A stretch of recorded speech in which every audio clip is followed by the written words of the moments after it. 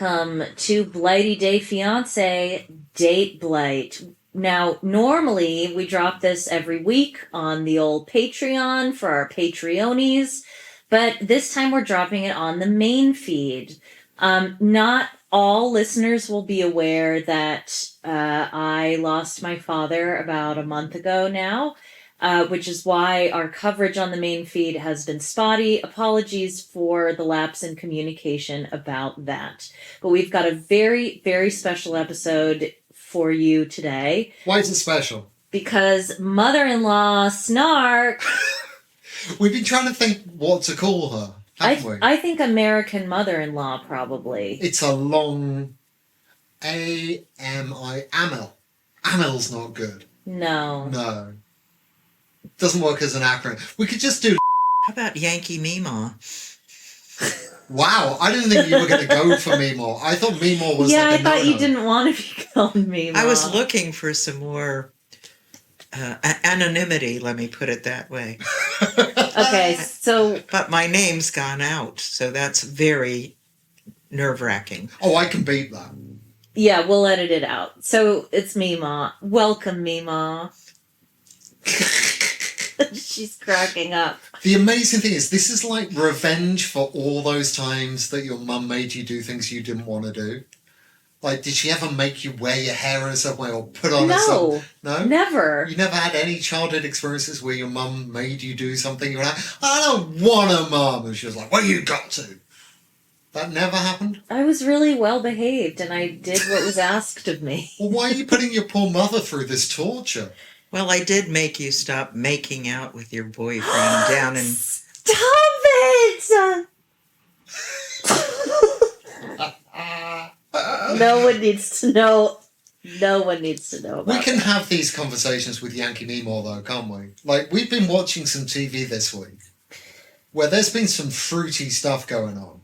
Yeah. And ordinarily, like, with, like, the parent of a partner or indeed spousal, I would have just, or my own mother. I couldn't do that. No, we couldn't do this with your mom. But your mum's a very special person. She's very dear and like a mate. I love her. Oh, I love her too. She's the best. The best. Also, we are... All right, I should also explain. We're all gathered in 1950s style around one microphone. Now, I could talk about the ands, right? Yeah, but no one's interested. The ands and the cables and If everything. you hear snoring, it is Inky, our French bulldog. I'm using a contact mic today. Very good for picking up all sound anywhere in a room. But it also means y'all are going to get traffic noise from outside. Y'all are going to get Alfie trotting up the stairs going, I can't do my homework because my computer's broken. And you are going to get constant snoring from a French bulldog who has been on a long walk and is super snoozy. Yes. In fact... I've been on a long walk, and I'm super snoozy. We've all So been we on better a get long on with this. Yes, exactly. Too right. So, what did you think overall about Love After Lockup, Meemaw? Well, I must say, at my age, it's difficult to be a virgin about anything, but this was my first exposure to Love After Lockup. And I really think it ought to be called something else, like Unreasonable Expectations, or These Relationships Are Doomed to Fail. It's an incredible show title. Can you imagine the pitch meeting? I think that's fair. So we'll just talk about the couples. How about Doomed Relationships? Yeah. But there's a whole channel for that, and it's called TLC. I mean, we've got Sister Wives on that channel. We've got 90 Day Fiancé. Well, this fits right in. It does. Yeah. Well, except it's not on TLC. This one's on WeTV. Doomed Relationships from the Dungeon? I don't know. From the dungeon? Well, they all came from prison. Oh, that's true. I was thinking more like, you know, those classic HBO After Dark shows. That's a whole different thing. Yeah, it's a rare thing, the relationship that survives on Lolu, right? Yeah. It has happened. There have been one or two that one has rooted for.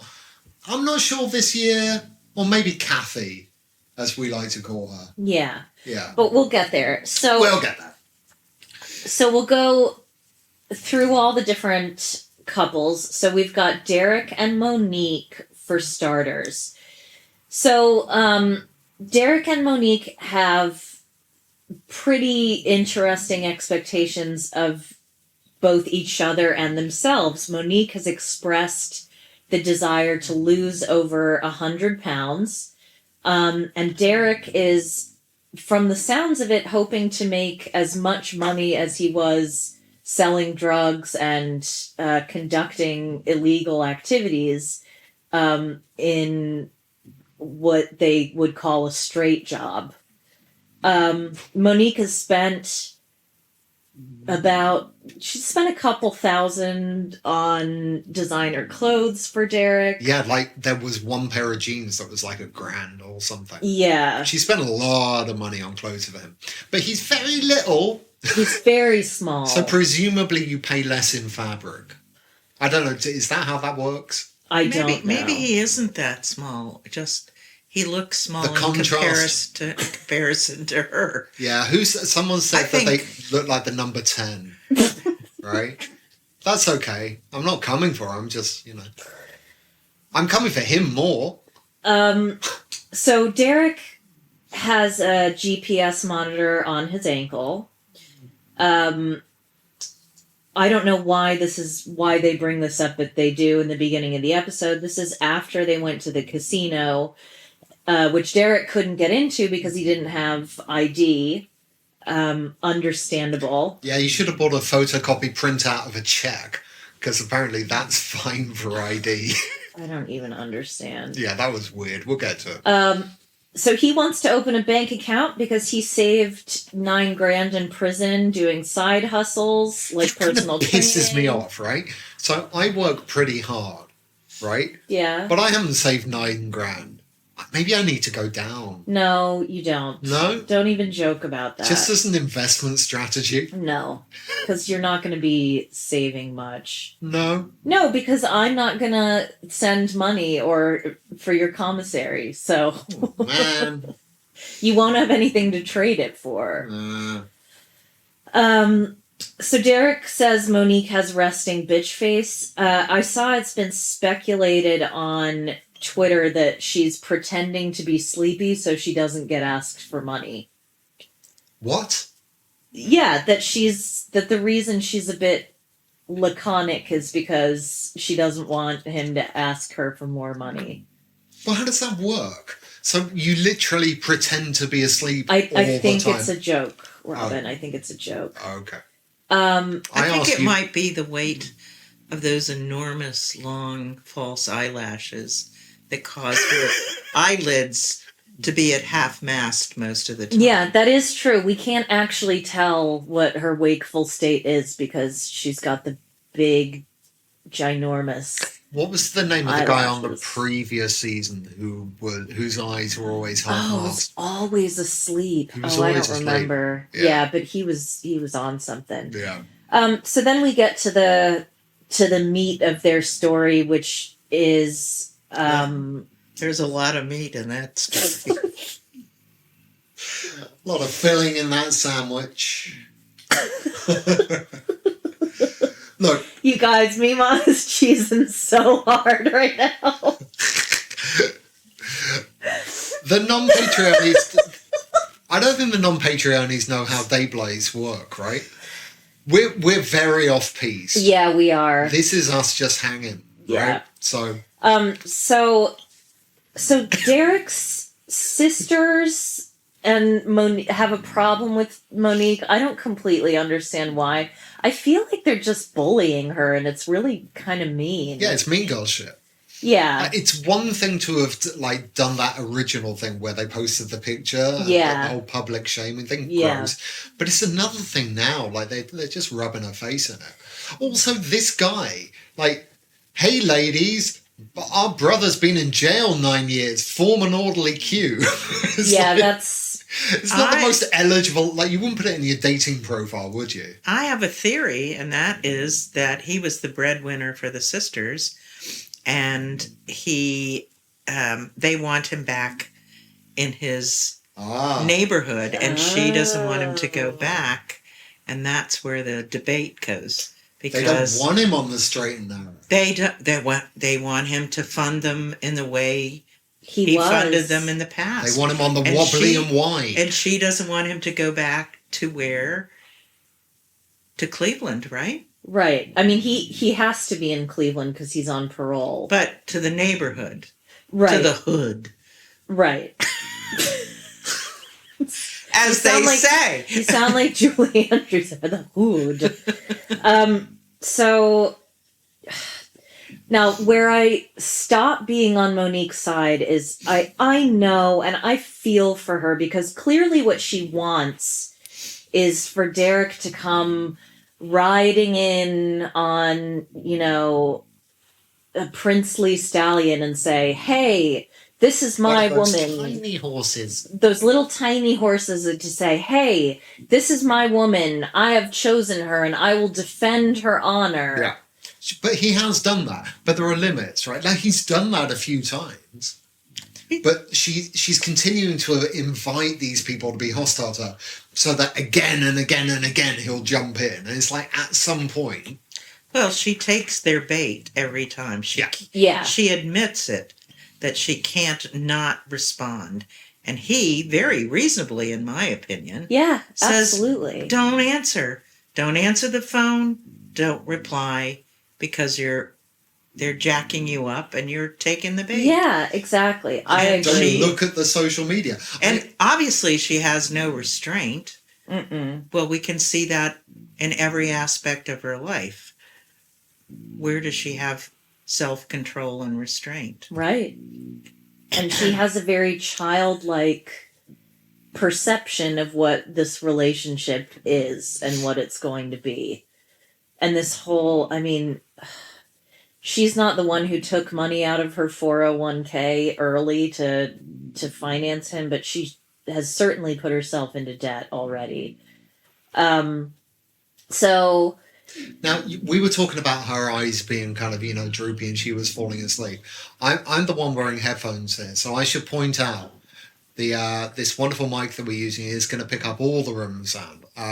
For those of you who are not Patreonies, the Patreonies have heard a lot more of the snoring bulldog. yeah, they have. I should just explain, don't worry, you haven't got like a sea monster in your house. Nothing No, you bad is don't have gonna a happen. narwhal or Monique. Or Monique. Monique has not wandered into your house. It's just the Frenchie doing what Frenchies do. No, but Derek has bigger problems. His grandma is unwell. So Monique Now, was this the incredible she ain't got no 5-minute, not gonna twisted language grammar thing? I loved it. Do you remember how like the sisters or the cousin or something is explaining what's going on? And it was one of the most beautiful pieces of butchery of the English No, language. it really. But sometimes there are so many negatives that it makes sense. It was so good. But what I liked was that the cousin was talking about how this was his grandma who he used to rock with, Right. and I know what she means, but it was really cute. Well, I think Yankee Meemaw is the grandma that Alfie rocks with. Yeah, that's true. Yeah.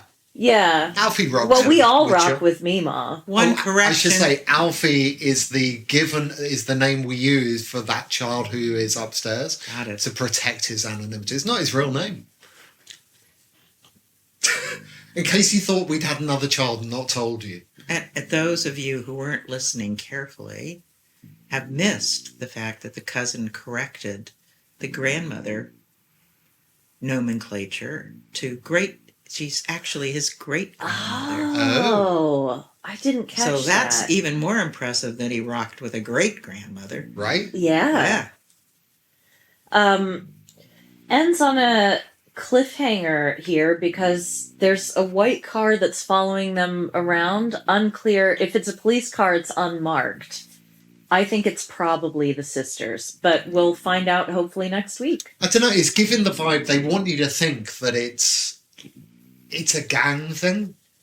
Like he's got enemies or something, they've been following him and it's all going to kick off. It's very rare that you get that breaking of the fourth wall where the producers are kind of in, and you got beady producer guy who's like, he's got like 5 mobile phones. He's texting every family member saying, Yeah. I love you and I may never see you again. And you got a little guy in his white t-shirt like sitting in the back, which is kind of adorable. Because he's so little, he should be in a child seat. And they're all like, remember the Food Network days, guys? Yeah. Do you remember when we didn't have to do this shit to earn a crust? Thanks, streaming. Remember when we were going to the same house in Waco over and over again, helping Chip and Joanna Gaines redo, shiplap, all that? Sweet memories. Our thoughts go out to you. If you're one of our essential service workers working in the TV industry, we're with you. Yeah, you deserve a raise. You deserve all a of raise. you. That's okay. Right. Aris and Cameron. Now, Eris. Eris, to me, was an immediate favorite. She is beautiful, and before we knew who Cameron was, I thought, wow, the way that she's talking about how, she's looking for someone to be a positive influence on her daughter, and she's not going to bring somebody around her daughter who isn't.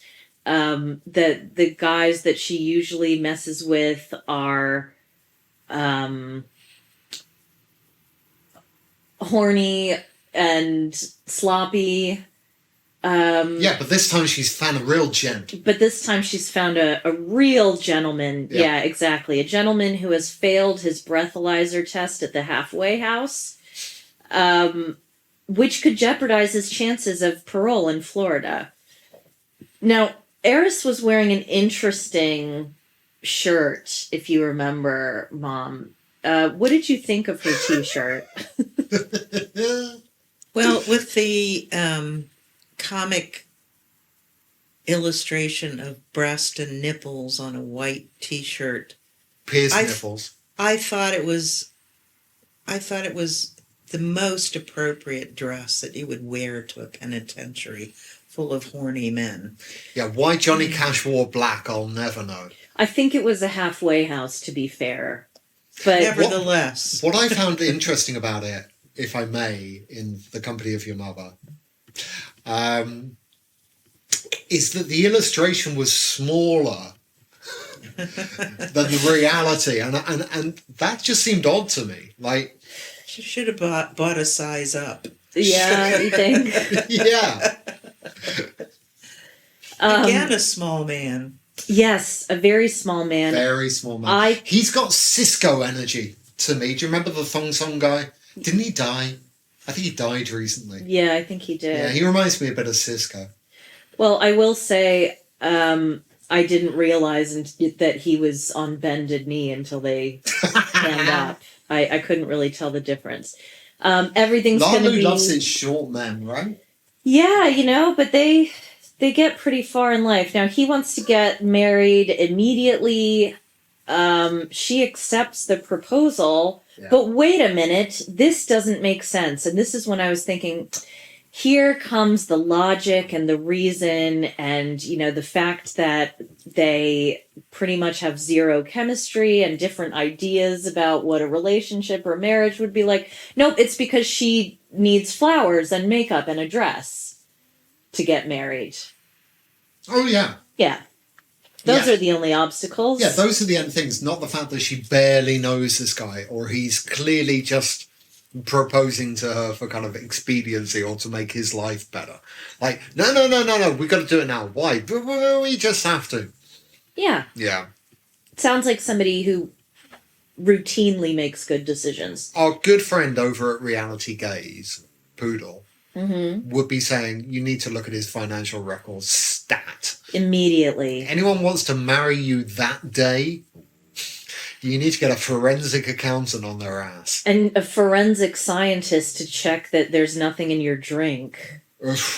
Ugh. Right, on to Gabby and Chris. I'm sorry I have to put this preliminary statement out there, but as ever, we do not, under any circumstances, condone violence against women, against men. We vociferously and unequivocally condemn violence in any form, particularly intimate partner violence. Should WeTV have pulled their segment? I say this because, like, in the 90-day universe, I don't know, someone says something racist and they're off the show, even though it's been recorded. Right. In this case, there are some very severe allegations. I kind of don't think these people should be on TV at this point. Like, we are seeing the prelude to what may be a very unpleasant crime. It feels more like watching evidence than entertainment. Well, I disagree on those grounds, actually. I think that in a strange way, if people see how domestic violence starts and what the roots of these relationships are like, they might recognize it in their own.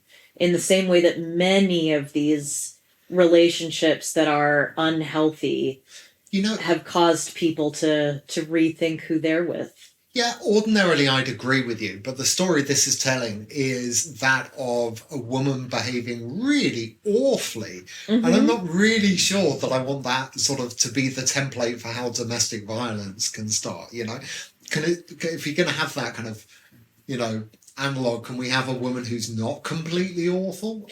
Well, but this is the point. Can we have a woman whose skirt wasn't so short? Yeah. Yeah. There's not an ideal. Yeah. You don't have to be Lady Madonna to be victimized. She's terrible. To catch Yankee Meemaw up. Yes, sorry, Gabby, and there was a video that came out of Chris assaulting Gabby in their apartment, and he was arrested. And I think their marriage was annulled.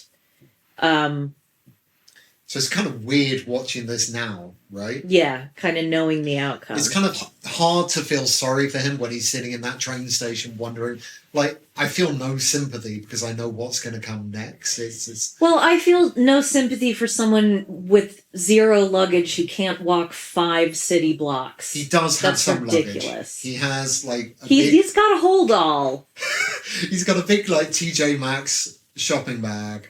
Yeah, but he's not been hiking. Anyway, but he has a Bill Clinton sensibility of what infidelity is. In that he thinks because he can say he was imprisoned, he couldn't have had sex with any of these women. But that does not mean that he wasn't unfaithful. That's true. So that's an excellent point. How do you feel about his use of the term female so often? Does that make your skin crawl, or are you okay with that? Well, he makes my skin crawl, period. But, I mean, it's obvious that this is a doomed relationship. I don't even know how it started. It has such potential. Well, how it started is he got $150,000 settlement for being beaten up by officers at Rikers Island, I think. Yeah. So yeah, he was assaulted by officers in prison and won that case and got, a respectable settlement. And then gave her like half of it and his mother half of it. She then spent all of that money on bleaching her butthole and tightening her vagina. I just said vagina to your mother. That's okay. Yes. That's fine. Even mothers have them. Oh, good Lord. Not true.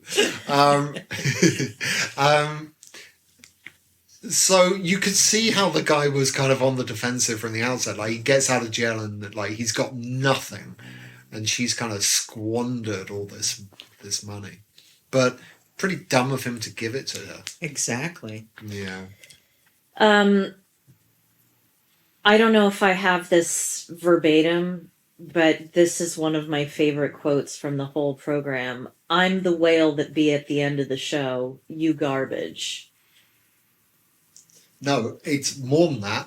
I'm the whale that be at the end of the show at SeaWorld. At SeaWorld, at okay. SeaWorld, which is incredible. Like, she's thought, what is the epitome of like a denouement, a climax, a grand finale. And for her, it's the whale at SeaWorld. And she might be right. Do you think that metaphor goes deeper, though? That, like, she's basically enslaved and forced into performing? Oh, shit. Because SeaWorld's been Yeah, I'm not a known big for SeaWorld ethical fan. breaches. I thought there was Moby Dick kind of allusions in there. It was quite literary. Yeah. I quite liked Well, it. when you know better, you do better. Are we going to put it on merch? Yeah, I think so. Okay. Maybe not in those words exactly, but something alluding to it. Right, now we've got Ashley and Travis, or Kathy. I Why didn't really Kathy? understand You've this. got to explain to the non-Patreonies. Okay, so, well, I think we have a big overlap with reality gaze, and I encouraged them to use this comparison as well. If you're of a certain age, you will remember a comic strip called Kathy, where basically all she did was cry and sweat and crave coffee and chocolate. It was weirdly positioned as she was positioned as a feminist hero, but Yeah, it was like Sex and the City without the shoes.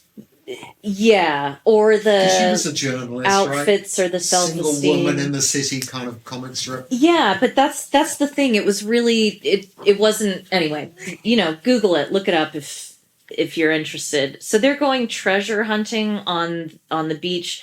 Travis says he grew up dreaming of being a treasure hunter, but that wasn't lucrative enough to fuel his substance abuse. So he became a thief instead. Yeah, sadly, meth doesn't show up on a metal detector. No, I don't think so. Although there were squirrels in Washington, D.C. who would bury. That was probably crack, though. They would bury crack, Crack squirrels. dig it up, and eat it because they didn't know what it was. Yeah, that'll You see can you through Google the that winter. too. There was an article about it. So I'm not gonna lie. I didn't. You don't know the sounds the bulldog's making right now. It's astonishing. I didn't glean much from this conversation apart from, I mean, Kathy's crying. I like that she bought him like a treasure hunting t-shirt. I think that's cute. I don't know why you've never bought me like a cable collecting t-shirt, like my great passion. Yeah, I think I'm going to. The boat is called Naughty Naughty, Nauti, Naughty. It's good. Mima's a huge fan of Below Deck, I should say. So that's another one that should we ever cover, she would be a good one to Hey, y'all, consult. here's the thing for future date blight potential. When you all join the Patreon and you get these, they're not all with bulldog noises. You get these, weekly. We've been watching Traitors. Now, we loved the British Traitors, but Kate Chastain from Below Deck is on the US Traitors, like from Peacock, right? Yep. Oh, if you want us to do that, join the Patreon and tell us. We'll do it. We're not getting paid to promote it, though, so I should say that there. So, Mima, I'll ask you. Travis told us about his tattoos. There's one in particular of a woman holding a gun, and he says it represents beauty and strength because women are strong. Do you think that that's a bit of a false equivalency there, or what did you think of that explanation? I thought his full body decor of tattoos was revolting. I mean, there can be beautiful tattoos, not that I'm a fan of them, Right. but to equate strength with a gun in any kind of design is beyond the pale as far as I'm concerned. Yeah, I kind of thought, like, if you need the gun, you're not that strong, right? Well, he's obviously not that strong mentally or physically, especially mentally. I mean, he brags about stealing in 5 seconds, stealing $3,500 worth of jewelry. Yeah, you were bumping on that. And I was like, what an idiot. It wasn't $3,500 worth of jewelry. That was $3,500 in the shop. If he pawned it, he probably wouldn't have gotten $350 out That's of a it. good point. Right. What's the most you've stolen in 30 seconds? Okay, you know that painting, The Scream? Everyone's stolen that. Yeah, Fuck me, I that know. picture's been stolen so many damn times. But it only took me 3 seconds. Right. Nathan and Skylar. So this is now I can relate to this a little bit only because I went to a very prestigious high school, and thanks to my mom and dad's very hard work, grew up in a very affluent area. And when I was a teenager, I went through somewhat of a rebellious streak where I purposely hung out with losers. I think it's the only word, but older kids who were a little bit more drinky and druggy. And when you're older, you go, oh, that's weird. Why were they hanging out with teenagers? And then you realize, for some of them, it's because they peaked in high school. Right. But I thought because these kids went to private school, Oh, yeah. I was like, okay, I'm in a new echelon here, but they weren't slick. They weren't interesting. So I think that's kind of the path that Skylar went down, because she clearly comes from money, whereas Nathan doesn't. But she does talk real slow. I can't stand how slow she talks. Honestly, the conversation between her and her mate happened in another kind of level of reality where time just moves slower. It was unbearable. That's a generational thing, and it's also a regional thing. The vocal fry, that's really slow. Yeah, I get that. Oh. So it seems like things are okay. She made it through the night in the creepy house, which, as Mima said, has good bones. Is in need of some renovations. Full of bones. Come on. I've never seen a murder house so much. So James Wan was watching that episode going, I think we found the location for our next film. It was an odd start there. Yeah. He was less creepy this episode than last time, right? Yeah, he was a lot less. Hang on. Did you wake up from a bad dream? Sorry, he's panting. He's panting. I covered him with the blanket to try and drown out the snores. I know, but now he's panting. He can't be overheated. We need to be careful about. They have a hard time regulating. Okay, so did he steal oranges to make her donut orange breakfast? Did he steal the donuts? But he made a muffin, but he said he stole donuts and oranges. Okay, They were complimentary. I'm kind of worried that he got them out of the garbage. One of my cousins did that. Is he a dumpster diver? He was a freegan. Yeah. He didn't pay for food for a year. There are other ways to go about that don't involve eating out of garbage. Yeah. Skylar and her friend Squeaky Frome are good. She looks like Squeaky Frome, okay? I don't know who Squeaky Frome is. Not Squeaky From, not like Orthodox Jewish Squeaky. Oh. She was one of Charles Manson's girlfriends. Oh, shit. Yeah. Okay. Yeah. That's who Skylar looks like? No, Skylar and her friend Mabel, or whatever her name is, Gracie. Gracie. Right. So they go to the hair salon. Sky wants a balayage. Gracie says that they are retired bad girls. Right. And then... What's the pension like on that? That's a great question. Sky tells a story that I couldn't follow, and the producer says Nathan's version of the story is different. Sorry, y'all. I've got a lot of recording to do, and I just couldn't pick up on that. I found it really weird they didn't play in his version of the story. Like, as an audience, it was weird. Okay, so it's a bit. Anyway, let me know if you heard that story and understood it. Yeah.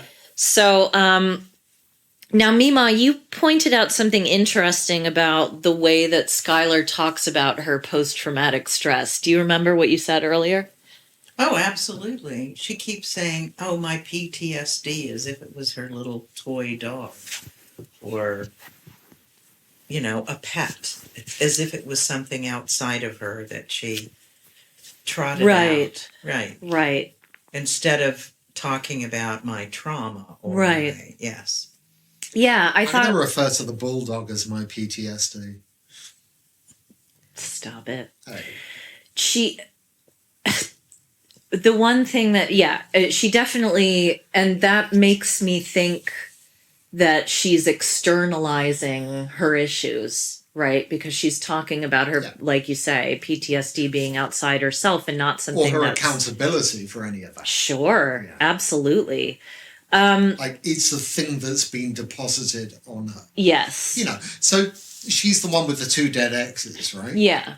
And that's kind of traumatic, but the reason why you went through those experiences is because you were dating people that have fentanyl addictions and possibly have one yourself. Like, you had a part to play in that. Sure, and but it's not just imposed on you. I mean, nobody asks for it, on the other hand, but I personally, and others may disagree, I don't think it's healthy to talk about that as something outside of yourself. Because, you need to work through that. Detail I loved about this is that she says Nathan doesn't want her to work at the country club anymore because he doesn't want her around rich men. And that made me think, okay, so this is like The Notebook, or this is Dirty Dancing, where like he doesn't want her being around. It's more like Roadhouse. Yeah, exactly. But this brings up a really important point about every single one of these relationships. Every single relationship that will last has to be based on trust. Yeah. It keeps coming up in every single relationship. And there's absolutely none at all, anybody's part in any of these relationships. And what a surprise! They're all, one or both of all of these couples have been criminals. They aren't trustworthy. They're not familiar with trust. Trust is not their friend. It isn't even part of their psyche. So it's like an illusion, and they're all after it, and it's impossible for them to get. It's not part of who they are. So they're all doomed to failure, in my opinion. But anyway. Oh, man. That's me. What a bummer. I am a bummer. But you know what? Like, trust is a big problem for everyone these days. Technology has made relationships almost impossible, I think, for certain kinds of people. But yeah, dating someone on the inside is kind of doomed these days. Right. Yeah. So we've got one more. Michael, aka Montana Mills, and Justine. Now, Justine's had a better edit this season in this show than in the preceding show.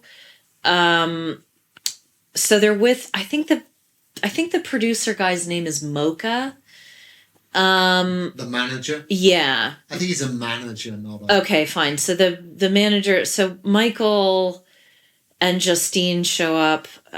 Someone on Twitter noted that she has not given him even 1 second by himself, and I think that's true. The matching outfits doesn't really help there either.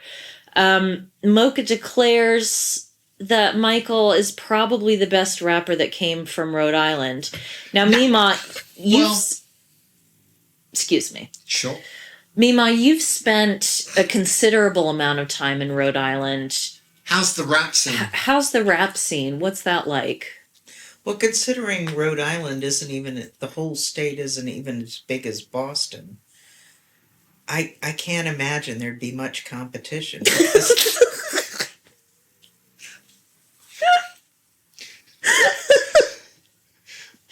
Have you ever... It's like 5 streets and a No, and a I'm not garbage kidding. dump. The entire state No. is not as big as the city of Boston. Yeah. So imagine the competition. I mean, there can't be much. You're more likely to get a good rapper that's a Rhodes Scholar than And one of I'll add, it's somewhere around, I've heard this, you'll have to check me on Wikipedia or one of those things, but I've heard that the majority of the people in Rhode Island, rap. 50 or 60% of them have claim Italian heritage. That leaves out a whole bunch of rappers, if you know what I'm talking about. Well, hang on. Are you saying Italians can't rap? I've never heard a rapping Italian, but Ooh, let's think about this. Are there any rapping Italians? there's dancing Italians. There's John Travolta. There's, It's a good point. there's singing Italians. Yeah. But I don't know. Does Andrea Bocelli rap? No. He's also not from Rhode Island. Right. That is interesting. it So does kind of cut it really down to a very small population that he could be competing against. Yep. To be the number one Right. rapper in Rhode Island would probably put you somewhere down in the low millions if you were competing in New York City, for example. Sure. I didn't think that his flow was particularly potent. I didn't think he was very good at all. now look, I thought I'm it was generic hog swill.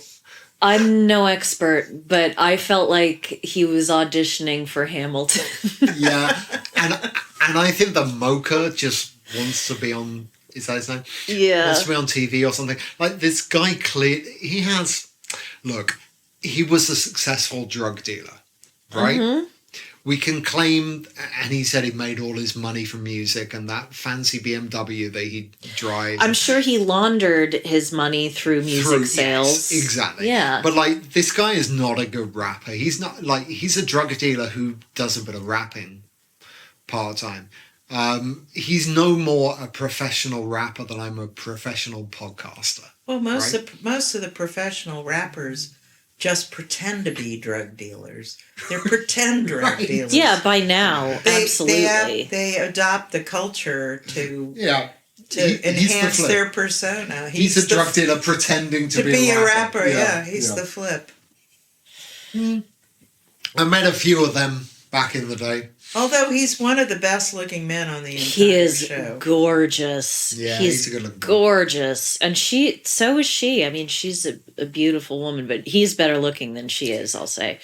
I think there's a conspiracy from the family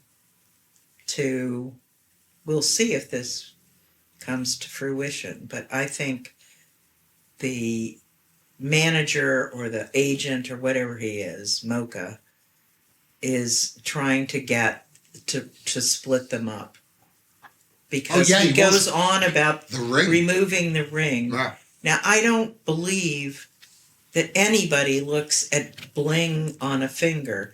Most people look at bling on the neck, bling on the ears, bling, I can't imagine that would interfere. So I'm beginning to think that particular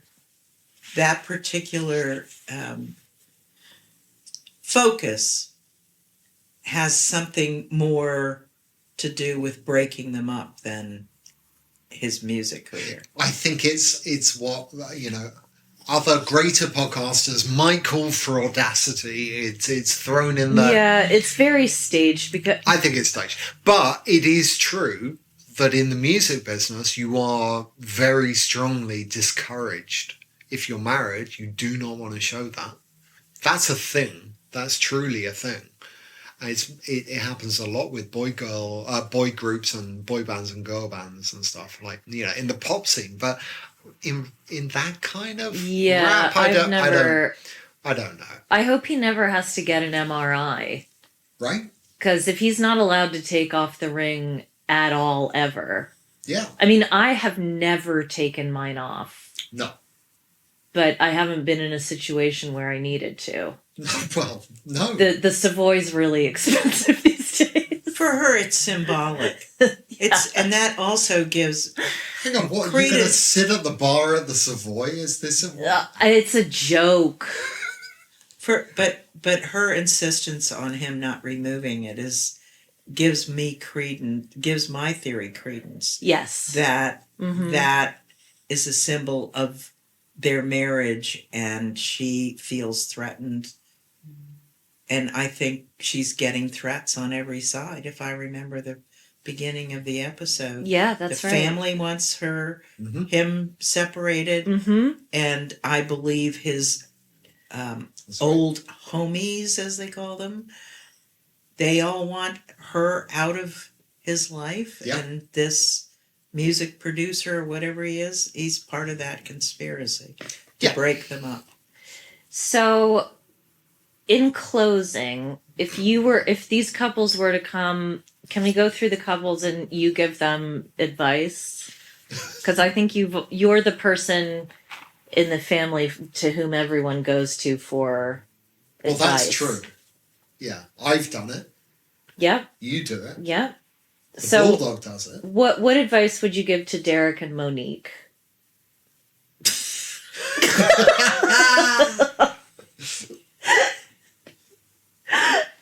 Buy a bigger car.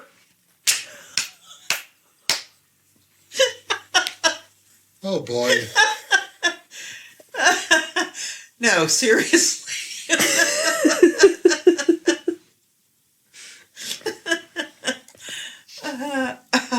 You won't do better than that. Move on. Eris and Cameron, the guy who proposed to the girl in the nipple shirt.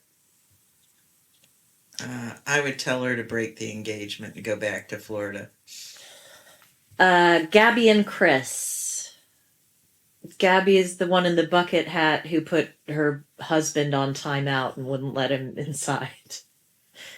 If she is serious about the marriage, they need to talk to each other, not at each other. Oof. Ooh. Wow. That's good. That's excellent. Ashley and Travis, or Kathy. So Kathy and the tattoo guy. Kathy needs to come clean about what she's keeping secret. Whoa, hang on. What's Kathy keeping secret? And he needs to lower his great expectations to something more realistic, because he thinks he's going to live the high life. Right. And he is not. Right. Nathan and Skylar. So Skylar's the vocal fry The girl getting her girl, hair done. and Nathan's the guy, with the other beard white and the guy. long hair, Yeah. Wow. So he doesn't think he's good enough for her. That's the thing, well, right? first of all, that's the most obvious couple. Well, they're not the most obvious, but they're close. Neither one of them trusts each other. Right. So, like, if they can't find trust, they need to just end it. Right. Because they don't have any trust in each other at all. Like, even for a half an hour. If I went into a hair salon after I'd been in a penitentiary for a couple of years, I'd be laying back. I wouldn't give a hoot about calling my boyfriend. Yeah, you won't be texting I him want every to be, 5 minutes. I want to be pampered, blah, blah, blah. I don't want to talk. And she is, from the time, even to the time she gets in there, to the time she leaves, she's thinking, checking on him. She doesn't trust him. He doesn't trust her before she leaves for the hair appointment. He doesn't trust her with her friend from the penitentiary. There's absolutely zero trust. Right. Evident in the entire relationship. And Michael and Justine, the Rhode Island's finest. and his wife? Well,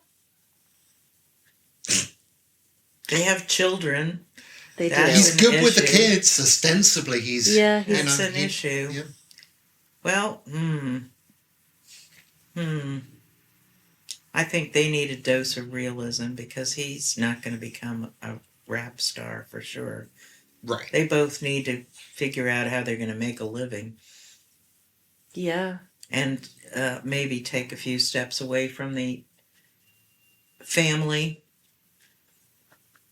Maybe they should move someplace else besides Rhode Island. They're actually in New Jersey. Oh, okay. Is that better or worse? Well, depends on what part of New Jersey you're in. I went to Wayne in New Jersey when I was a teenager. Wayne is very nice. It doesn't sound nice. Oh, there's exquisite parts of New Jersey, Yeah. like Princeton area is Yeah. beautiful. Okay, so But Mom. let's not bring Ari into this. No, because you're our guest. I'm gonna ask you the 10 questions that I ask all our guests. What is your favorite word? Love, What is your least favorite word? hate, What turns you on spiritually, physically, mentally?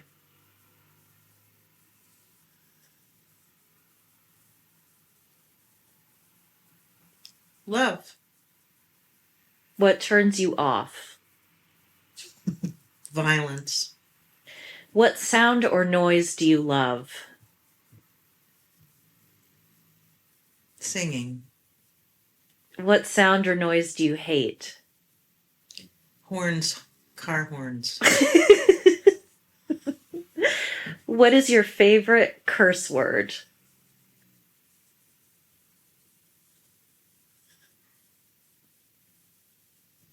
feck, What profession other than your own would you like to attempt? play directing. But you've done that. Well, not as a profession. Well, I didn't make it. What profession would you not like to do? Nursing. Oh, God bless. And thank you to all our frontline workers and all nurses out there. And finally, if heaven exists, what would you like to hear God say when you arrive at the pearly gates? Thank God you made it. Yankee Mimo. Yeah, thanks, Mimo. All right, everyone. Thank you so much for your patience. Now, join our Patreon, patreon.com/BlightyDayFiance, or is it just Blighty Day? It's one of those I two. probably should have known. I am going to wrap Sister Wives later this weekend, so that will come out next week. The next shows that we are covering on the main feed are 90 Day the Other Way and Can I do a drum roll? yeah, Married at First Sight Australia. So we are in it to win it this time. I've also heard rumors of a program called Seeking Brother Husband. That might be one that we tap into every now and then. Yeah, We're that not sure. feels like a Patreon kind of thing. So if you want all of the stuff that we ain't giving you, if you want things like Below Deck and the whole LOLuniverse and all of these things, Inmate to Roommate we've covered, in Tape Lights, all kinds of stuff and nonsense, then you know where to go, but we're here for you too. And look, I know a lot of you are up to your limit on Patreon already.